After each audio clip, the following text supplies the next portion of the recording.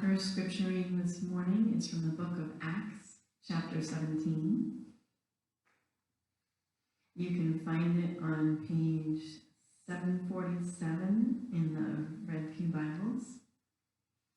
Acts 17, verses 22 to 31. I'll be reading in the English Standard Version. So Paul, standing in the midst of the Areopagus, said, "Men of Athens, I perceive that in every way you are very religious. For as I passed along and observed the objects of your worship, I found also an altar with this inscription, to the unknown God. What therefore you worship as unknown, this I proclaim to you. The God who made the world and everything in it, being Lord of heaven and earth, does not live in temples made by man, nor is he served by human hands, as though he needed anything, since he himself gives to all mankind life and breath and everything. And he made from one man every nation of mankind to live on all the face of the earth, having determined allotted periods and the boundaries of their dwelling place, that they should seek God and perhaps feel their way toward him and find him. Yet he is actually not far from each one of us, for in him we live and move and have our being. As even some of your own poets have said, for we are indeed his offspring. Being then God's offspring, we ought not to think that the divine being is like gold or silver or stone, an image formed by the art and imagination of man. The times of ignorance God overlooked, but now he commands all people everywhere to repent, because he has fixed a day on which he will judge the world in righteousness by a man whom he has appointed. And of this he has given assurance to all by raising him from the dead."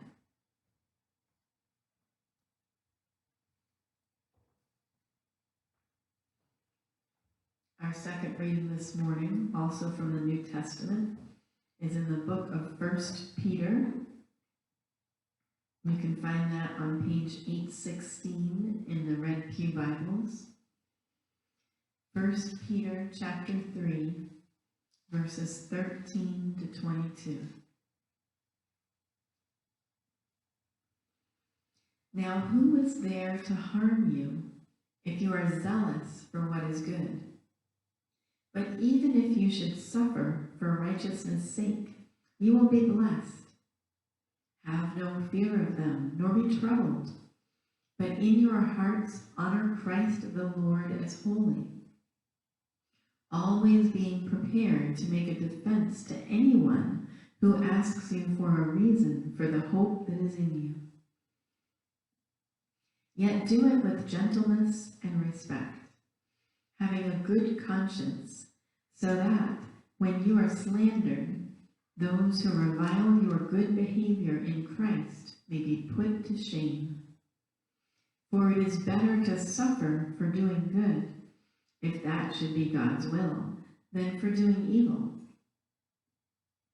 For Christ also suffered once for sins, the righteous for the unrighteous, that he might bring us to God, being put to death in the flesh, but made alive in the Spirit, in which he went and proclaimed to the spirits in prison, because they formerly did not obey, when God's patience waited in the days of Noah, while the ark was being prepared, in which a few, that is, 8 persons, were brought safely through water.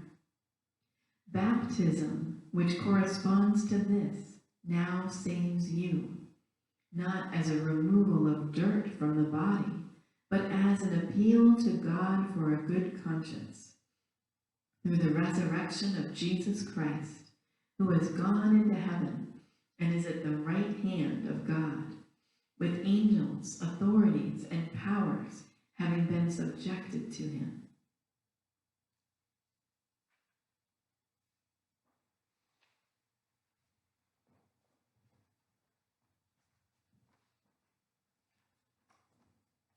If you'll turn with me this morning to today's gospel reading in the gospel according to John. So if you'll turn with me, please, to John 14. You can find that on page 727 if you're following along in the Red Pew Bibles. I'm having trouble negotiating. John chapter 14. Beginning in verse 15. Hear now the gospel of the Lord. Jesus is speaking.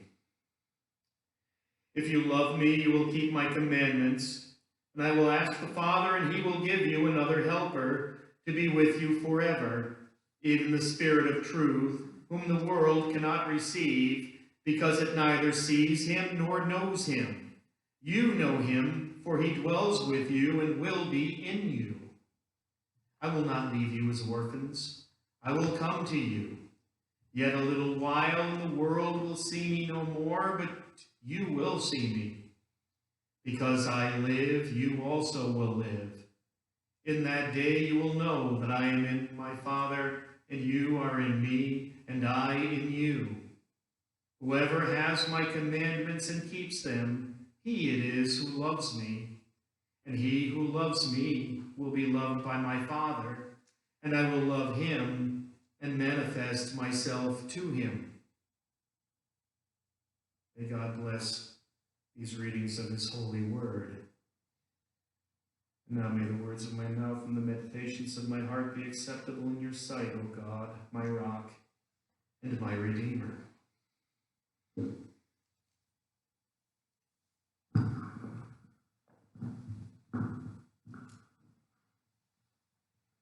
A worldwide plague that has come seemingly out of nowhere, spread like wildfire around the world. No respecter of age, although the victims who die tend to be 60 or over with underlying health issues. It doesn't spare the rich. World leaders have come down with it. Well-known philanthropists, entertainers, and others succumb to it.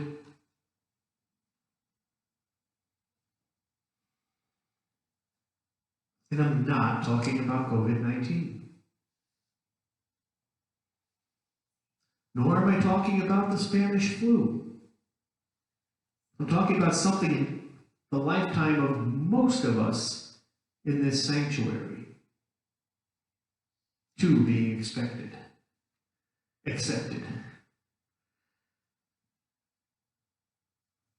Anybody remember the Hong Kong flu? That was back in '68. Yeah, you remember that. You were there. Right. Yeah, in the fall of 1968, actually, to go back even further, in July of 1968, there was a flu-like breakout in Hong Kong. And it was a variation of the avian flu, H3N1 or something like that. I had it written down, but it's on another sheet. By September of that year, it had reached the United States. It wreaked havoc until the following January. It took a little bit of a hiatus and came back in force sometime around the following December, and finally petered out sometime in 1970 in part due to a vaccine. Most of us, as I said, who are in here right now, remember the Hong Kong flu. Now, I was almost 7 years old when it broke out, and I'm old enough to remember hearing about it. I wasn't aware of the numbers at the time. 1 million people worldwide died from this flu. 1 million people. And you got to remember, the population of the world in 1968, 1969 was half of that today. Less than half. There were about 3.6 billion people on the earth in 1968, 1969, compared with 7.8 billion today. That's 1 million people died.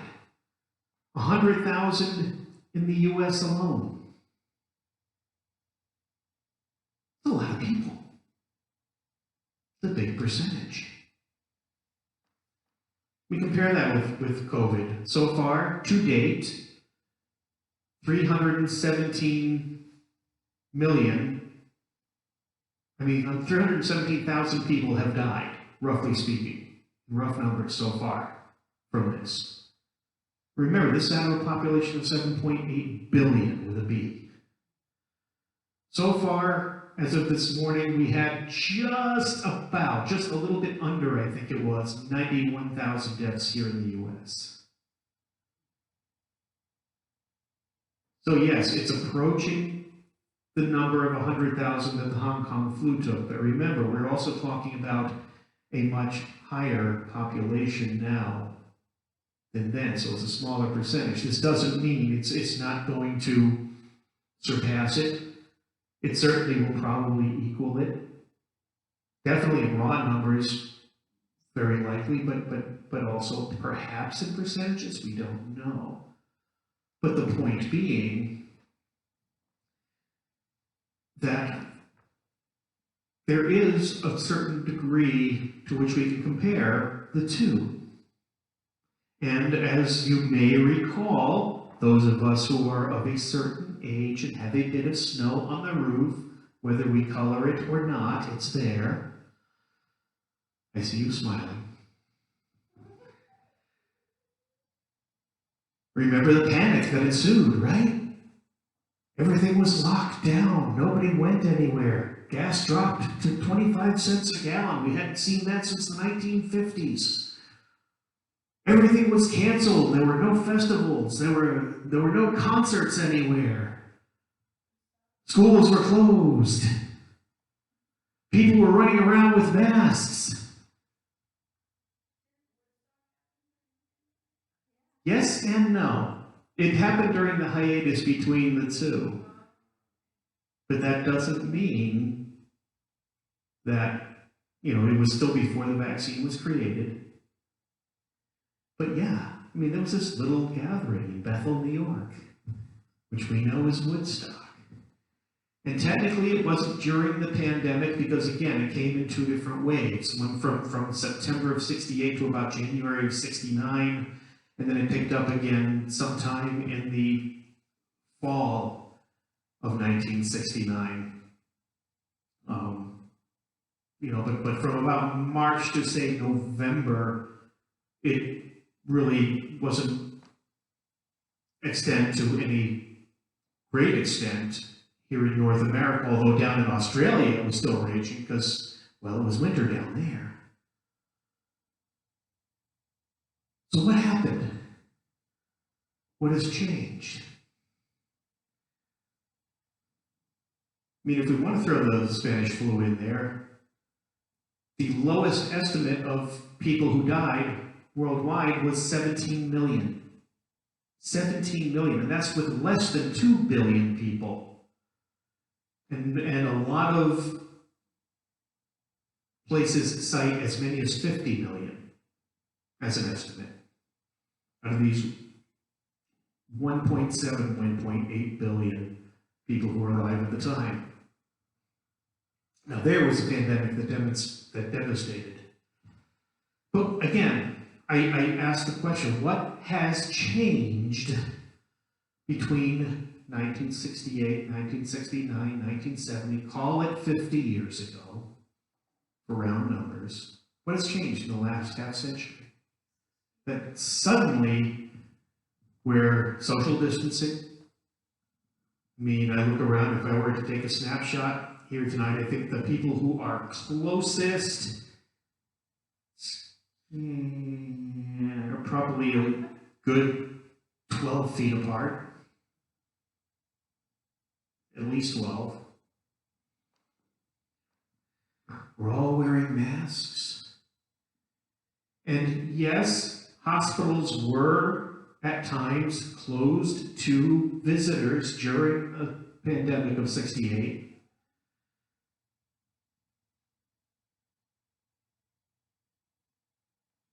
But that's really about it. There were no visiting hours, but that was pretty much it. What has happened?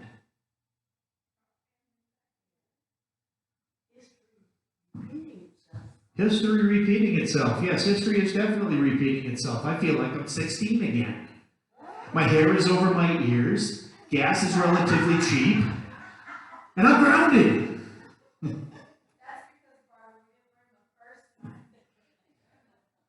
No, but in all seriousness, what has changed? Why is it that life went on as usual in 1968 and in other pandemics as well? Whereas now everything is on lockdown and people are really, really starting to itch about this. I mean, look what's happening in California. There is a purple movement going on in California right now, meaning it's a combination of both blue voters and red voters, blue legislators and red legislators, to use the jargon, who are banding together saying, this is too much. This lockdown is killing our state. This lockdown is killing our economy. This lockdown, quite frankly, is killing our people.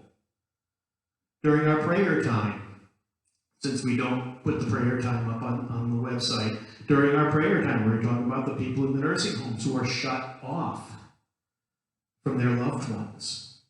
And they can't, and those of us who have been present when a loved one dies, and it's anticipated, and you're sitting there, and what do? You hold their hand, you stroke their hair, you just lay your hand on their arm, and you whisper into their ears, and you let them know that you're there, right? And the people who are dying right now don't have that. Yes, they have staff there who come in and do what they can when they can, but they can't just sit there and do nothing but be present with that person. Why? Because we're afraid. Take these masks, for example. What is the reason we are told to wear these masks? Now, why are we told to, though? What is the rationale for wearing masks? To protect who? To protect others, right? We're supposed to wear these masks so that if we are asymptomatic, if we are carrying and don't know it, we do not inadvertently infect others. It's the same reason why medical teams in operating rooms have worn masks. Not to protect those who are in the operating theater from what may be carried around in whomever they're operating on, but to protect the one on whom they are operating, especially if you've got this big abdominal incision or thoracic incision where you've broken apart the rib cage to get at the heart or the lungs or something, because it's ripe for infection when it's an escaping open wound. And so they wear these masks just in case they are carrying something that may be transferred to the patient. But when I asked that question, what did two people say almost right off the bat? Fear was one, and the other was to protect us. protect ourselves. One, it's a very selfish statement. And two, it's false. And it's false because it's rooted in, as Cindy pointed out, fear. Now, I think at this stage of the game, everybody in this sanctuary, and maybe some of you who are watching this online, some of you don't know this, some of you do, that for about 10 years or so, I was involved with a Bible-based cult. And this Bible-based cult used a form of mind control. We used to call it brainwashing, now it's mind control. And Robert Lifton has put out 8 criteria for mind control. I'm not going to bore you with all 8 of them, but one of them is information control, and another one of them is fear. That you have this fear of separation, you have this fear, they instill this fear in you. You leave the group, you leave your salvation, you leave the group, you're going straight to the lake of fire. You've had the truth once, you're going to give away your salvation if you ever leave this group. You hear that enough times, you start to internalize it. There is information control. You were encouraged to read your Bible, and we did. And I learned a lot more about my Bible in those 10 years than I did in my previous life. And it also set the stage for why I'm standing here now. But you also read a whole bunch of literature that were put out by the leadership of the group. And you were encouraged to read all of it. Not that it was, it didn't cost you anything, it was all free. Of course, you tithe 10% of everything you earned to them, and every 3 years you gave them another 10%, plus you set aside another 10% for the holy days. Yeah, it was free. Definitely free. But to read theology books outside of that circle was very strictly verboten. Because it would just confuse you, you understand. If you read these other things and they contradict with what we're teaching, then it's just going to confuse you. And so, trust us, we know what we're doing. That reminds me of the t-shirt that I've seen online a few times and I'm tempted to get for someone I know and love. Just for the sake of argument, let's settle it now. I'm an engineer and I'm right.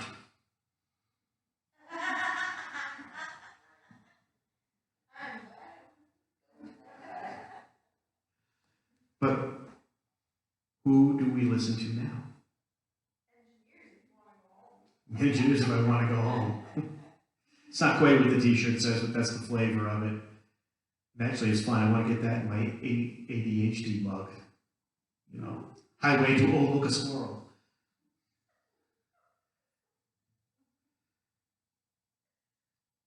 The media, right?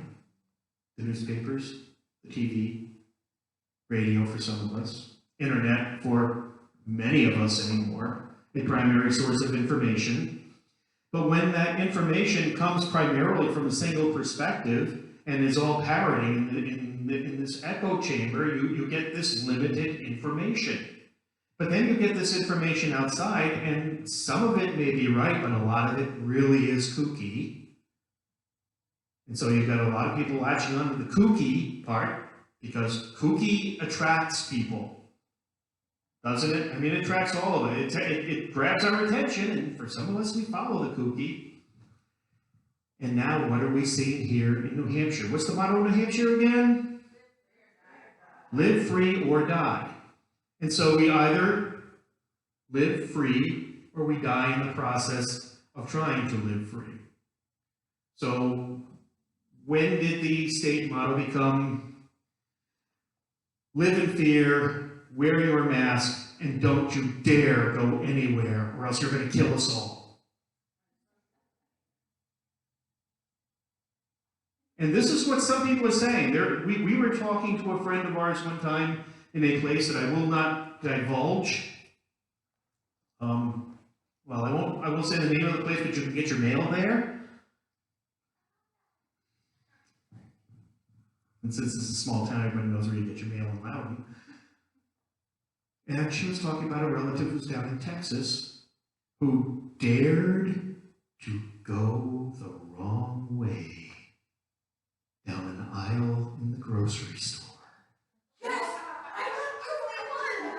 You have the arrow going this way out of the aisle, but I want to get my mask. It's 3 feet in the wrong way. So he ducks in, grabs the pickles or whatever the heck it was. She didn't specify. And some lady goes ballistic in front of this person's teenaged daughter.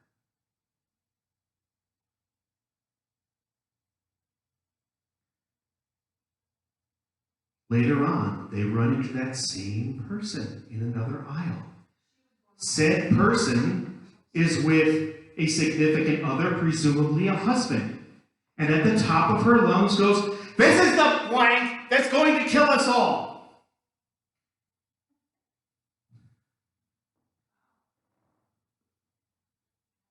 Mashpee. Anybody read about the ice cream store in Mashpee? Up on Cape Cod. They opened for Mother's Day weekend.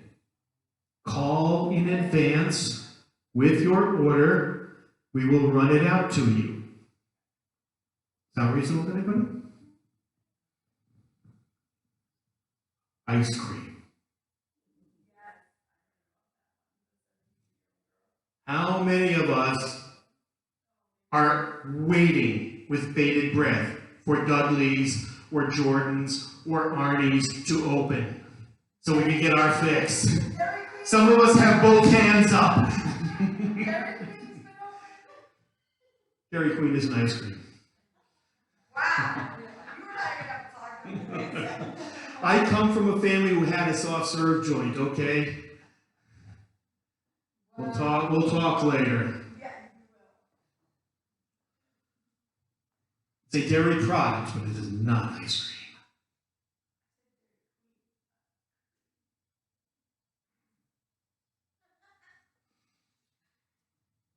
And yes, people came out of the woodwork because the ice cream store is open. And so they're flocking to it, and some people are getting abusive. And yes, as Jess pointed out, they verbally abuse this 17-year-old girl. She's worked there for 3 years. Best worker this guy had in the 19 years that he's had the business. She quits on the spot. Yeah. And I don't need this anymore. Now, the positive side of this story, so far as I know, and the follow-ups haven't been able to follow it that much, is that a fund has been set up that she's been working towards college, and she's had, what, $30,000 or $35,000 donated the last I knew, and that was almost a week ago now.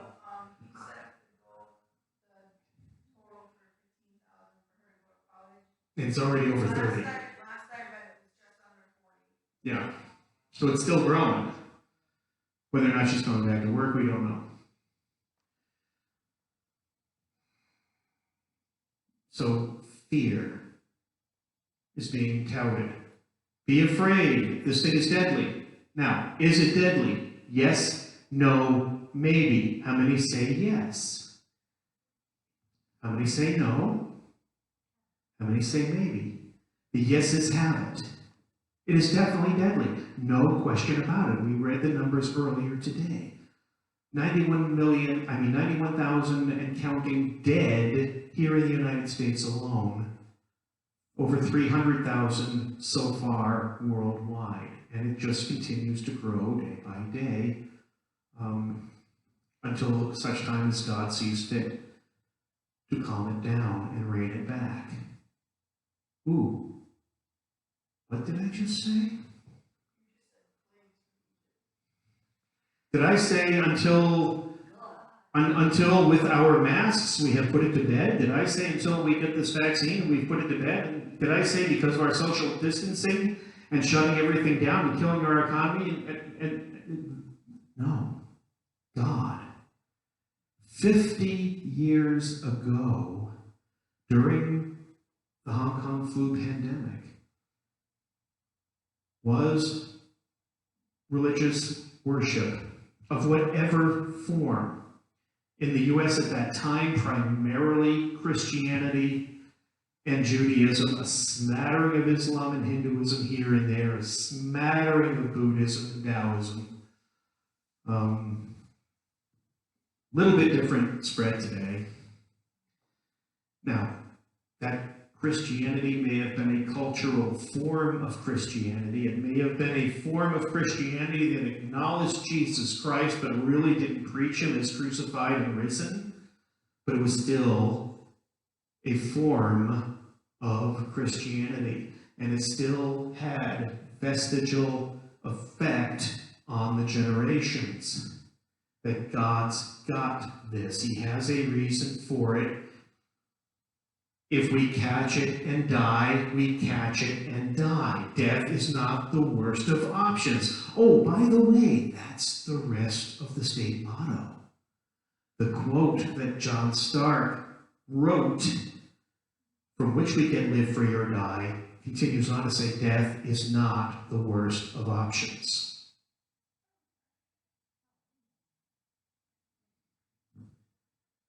No, Patrick Henry's give me liberty or give me death. John Stark was live free or die. Death is not the worst of options. And for the Christian, that still holds true. This is what Peter was talking about as we return there.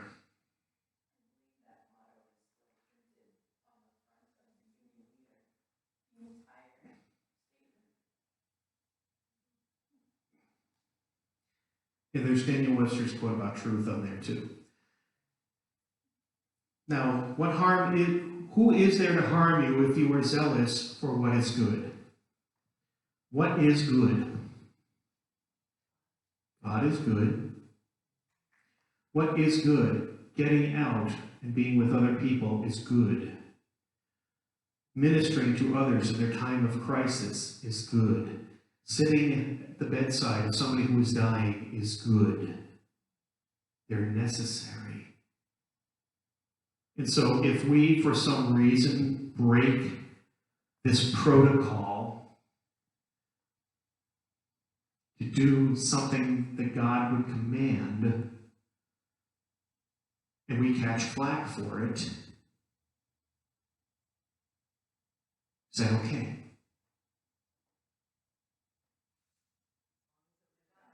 As long as it's God's will, as long as we are working with God. If we are doing it because we're selfish and just want to do what we want to do, is that okay? Absolutely not. Even if it's the right thing, it would still be the wrong motivation.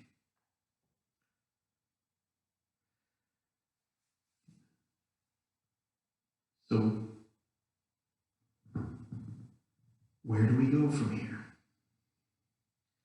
We suffer for righteousness' sake. Have no fear of them, nor be troubled, but in your hearts honor Christ the Lord as holy, always being prepared to make a defense to anyone who asks you for a reason for the hope that is in you.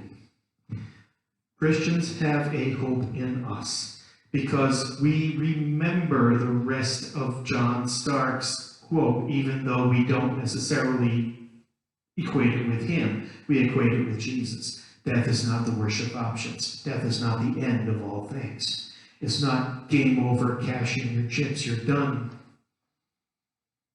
It's, this level is over.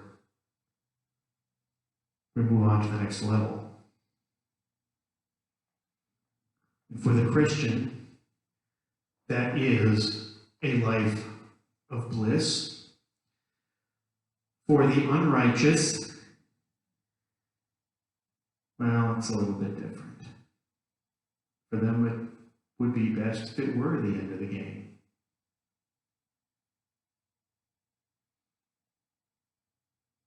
But when we do these right things and these good things, we do not do it with screaming and shouting and signs and slogans and threats of violence. But we do it according to verse 15 of 1 Peter 3, with gentleness and respect. Now, is it hypercritical that we wear our masks at all times, at all places, including when we're driving, to the point where we black out and hit a phone pole. No. But do we wear our masks out of respect for others who are in fear? Do we wear them as a sign of love for others, even though some may take it as a sign of fear? Why are you wearing that mask? Are you afraid of getting COVID? No. It's so that I don't spread it any more than it already has. Do we need to wear the masks? Not really. But if it's going to be a stumbling block for somebody, then it is best we put them on. Now, I don't say this because I do it all the time. Just ask my wife. That as often as not, yea, even more often than not, it is in my shirt pocket or jacket pocket, depending. But there are times, such as at prayer last night, it's mostly an older crowd. Again, it's under 10 people, and they're scattered throughout the sanctuary there. But a lot of the people do have health issues, and so we wear the masks out of respect for those who have health issues.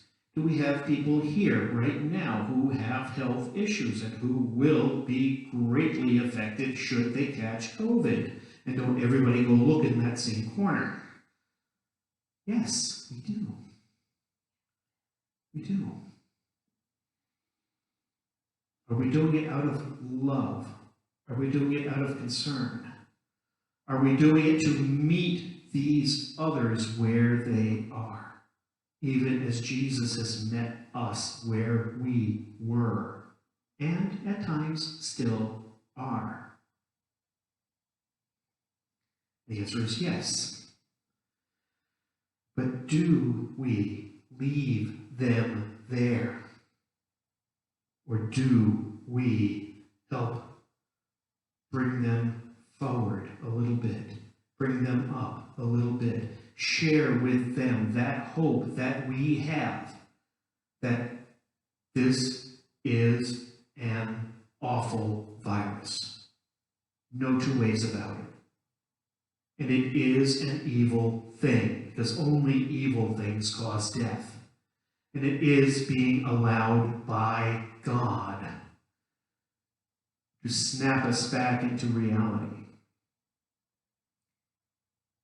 But we who have hope, people will be looking at us, well, why are you so confident? And so we share that which we have. Or as Peter puts it in verse 15, honor Christ the Lord is holy, meaning set apart. Always being prepared to make an offense to anyone who asks you for a reason for the hope that is in you. Jesus is our hope. And as we cling to him, and as he takes up residence in us, as Paul wrote, and as he hears our prayers, as we read in the psalm,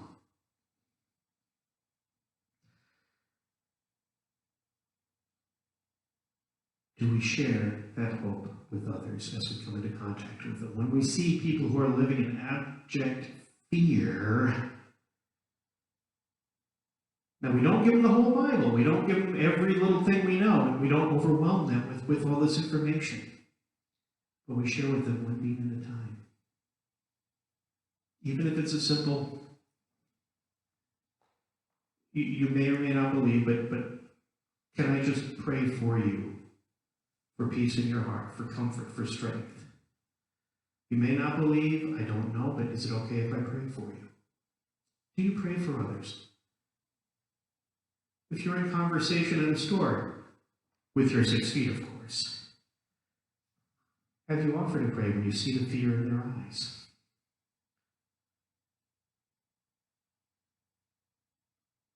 How do we share not just the love of Jesus, but the hope that we have in Christ?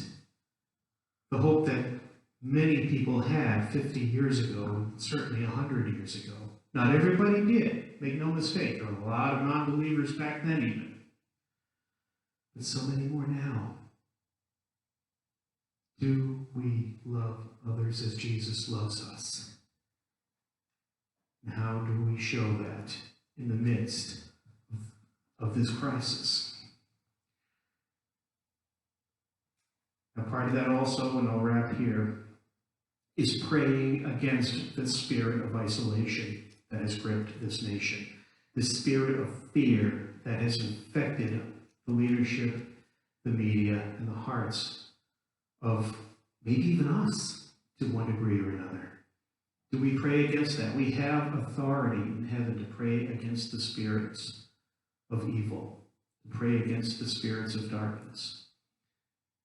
The same word for healing in Greek is the same word that is used for salvation. The root is called sozo. And as we segue into our healing time after the sermon, again, instead of coming up as we would normally do, number one, there are very few of us here, and probably more of us who are prayers than prayees at this point. If I can ask you both, we've already checked, just pray from the back, pray a blessing on those who are here, including each other and us. Jennifer and I will be doing the same from up front. If there is a specific healing issue that you wish prayer for, we won't be able to come to you and anoint you as we normally would, but God knows what the issue is, and so we will ask God to work in that area as well. And so let's begin the strengthening of hope, even now, even here, and that hope be brought as we part from this place or as we part from wherever you're watching this video. Amen. Let's pray.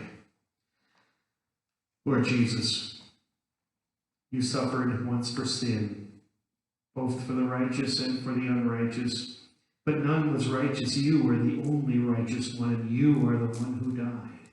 And the reason you did that was to bring us to the Father, to bring us to you, to bring us to the Holy Spirit, by putting to death the flesh, by putting to death those things that grip us that are not of you.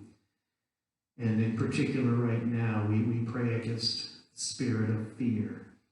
But Holy Spirit, we ask that as we go about, that you show us how to show your love to those who are in fear, to show your love to those who are angry, to show your love for those who are fed up. Help us to bring you, Lord Jesus, the hope of the nations, into places where there is so much abject hopelessness. Teach us to be your presence in all things, in all places, to the glory of Jesus Christ, our Lord and Savior, in whose name we pray. And all the gathered said, Amen.